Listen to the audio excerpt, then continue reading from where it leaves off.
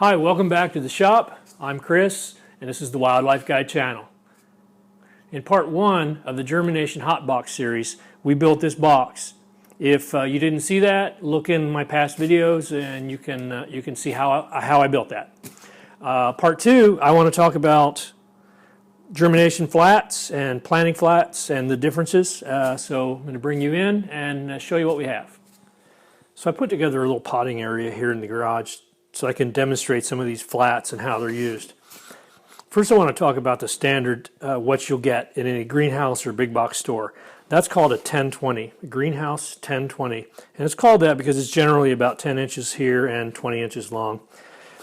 This size lets greenhouses maximize their space in the greenhouse, their heated space, which is at a premium in the wintertime and the springtime. And it also lets them maximize packing space on a truck. Two of these side by side would be roughly 42 inches, which is the width of a standard packing skid. So that lets them maximize everything going out on a truck. So on the standard 1020, they'll have different size cells, plant cells, and this one actually has 8 dozen of the eight cells with a dozen plants in each one. And by necessity, these are throwaways. When you buy a dozen plants, you're going to get that, you're going to use it once and throw it away. Remember, a greenhouse is an industrial plant production system, and they need to be as efficient as possible. And these are the epitome of efficiency for the greenhouse production, okay? They're made out of really, really thin plastic, just barely strong enough to meet the need. Any extra plastic is just wasteful because it gets thrown away. They're also made with rounded sides. That when these are blow molded injected, it's a thin sheet of plastic, it's heated up and blown down into a mold. Okay. By having rounded corners, it's easier to pull out of the mold. Now, round corners are not what you really want for plants, and I'm going to show you why here in just a minute. I don't use these for that reason. I don't need to be as efficient as a commercial greenhouse does. I can go for what's better for my plants. So let me show you what I use. This one is made by the Seedling company. It's a 242 cells of a plug tray, 2.5 inches thick this way, 13.5 this way, 26.5 long. This is, I think, an industry standard for, say, the tobacco industry, where they're creating thousands of transplants that will go out in the field. These are also sized so that they will fit in a mechanical planter. So these are more like plugs. So let me show you the shape of this cell. I have a cutaway here that I did when I trimmed some of these, and with that you can see it's an inverted pyramid with a square corner in here, and that square corner is important for a reason. When a seed here grows, this is the top. When a seed grows, it sends out roots. Now the seed knows which way's up. Green part goes up, root goes down. But when the root goes this way and hits a sidewall, it's going to turn and go that way. Now when it comes to a corner, it's going to choose up or down, and it'll almost always choose down. So the root will hit that corner and go down. With a rounded side, if a root hits that, it just continues a smooth spiral, and you end up with a spiral root. These are for efficiency. This style is for a better plant. And let me give you a good indication of how that works and why. This is actually a plant that I started last year in a plug tray, a pyramid plug tray. Now, like most gardeners, I got really excited about gardening in January and started all of my plants way too early. They should have been started 6 weeks later. So consequently, once the plant got too big for this plug tray, I transplanted it into a solo cup, okay? And that was even still a bit early. I had them in the solo cups for far too long. So this part of the root is what grew when it was in the plug tray. The roots go straight up and down as they're supposed to. As soon as it was transplanted into a round container that didn't have corners and wasn't deep enough, now as soon as it hit a round corner, the roots started to wrap. They just kept growing and growing and growing. So anytime we can avoid spiral roots with a rounded container, we absolutely should. So now we talked about flats. Let's go ahead and seed some up.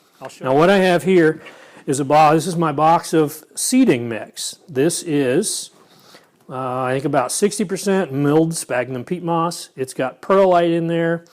This is a soilless mix. Seeds do not need nutrition to sprout.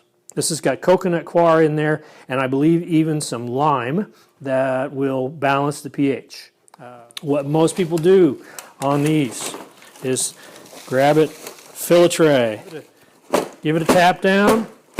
I like to take my finger, poke a hole, make sure I get a hole in the center. You want your seed to be centered in the plug in the tray. I'll give it a little wipe, give it a mist of water, and into the Germination Hot Box. That's your standard unit. I don't use those. So this is what I actually use for my plugs and my seedlings. Now, as you can see, this is much larger than will fit in the hot box. So I cut it down. These are, why did I cut them to this size? Because that's what will fit in the box. If your box is larger, you can do a larger tray. I find that the smaller trays are better for a couple of reasons. If it's all in one tray, if I'm planting 242 of the same plant, I want them, and they'll all germinate at the same time. Use the whole tray. But most of us don't need 242 of anything. So having something, tomatoes that germinate here, peppers here that need to stay in the germination box for several days longer, and then squash over here that's at a different time, having them all connected in one doesn't make very much sense. So I cut these down, and this is actually 40 units here, 40 units here. I have another unit that's, say, 26 units. That's quite a few plants at a time in the germination box. So here's what I use, and I'm going to show you how I use it. Nice and simple. I've got my plug tray. This is actually a 40 cell unit. And give it a little love right there. Now, I don't want to pack that in. I just want to simply just gently put it in. See how nice that cleans off. Now this is called the greenhouse drop. Take this over to a solid table. I'll just turn around and use the floor and give it a drop from about 12 inches. Okay, now if you can see, that actually settled that soil in there almost 1/4 of an inch, which is just perfect for what we want. In this one, I'm going to do a seed, single seed. So I'm going to go along with the finger, poke holes. Just want a depression in the middle of the cell so that when my seed falls in, it's in the middle of my cell where it'll have maximum space to put a root. Today I'm going to plant black oil sunflowers. You could take each seed by hand, place it directly into the middle of that cell. Another advantage of this style unit is if I place that one directly over top, now I have a funnel. I'm going to drop a seed in each one. It speeds up my seeding because it has an open bottom. It's going to be easy to seed. Another advantage to this style of plug tray. Okay. So I know I'm all seeded there. I know I have at least one seed in each cell. I want to cover it just barely. So because I tapped it down just 1/4 of an inch, now that I know I can lay exactly 1/4 of an inch of soil over top. Okay? I'll use my small pump waterer. I want to water that in. I want good contact between the soil and the seed. Done with that, and now that goes in the box. This is a heated germination box. One thing I didn't talk about was moisture content in my seeding mix. You'll want to pre-moisten this before you put it in the cell trays. Otherwise, it won't absorb moisture very well. How much is the right amount of moisture? If you can grab a handful and squeeze just as hard as you can, if you can see the tiniest little bit of moisture come between your fingers, you know you're right.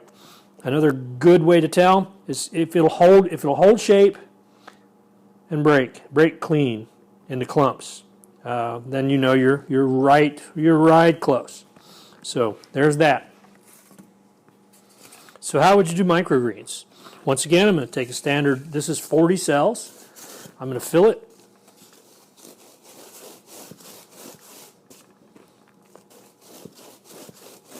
Turn and do the greenhouse drop on it.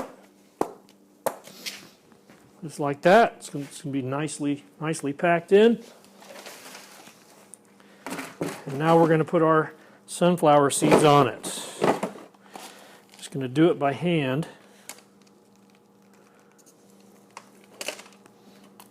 Okay, there's that. Brushed in. Tiniest little bit of soil over the top. These are so nice to work with. And we'll water them off. Moist. Now this is the last flat of microgreens that we're going to do. That'll fill up the box.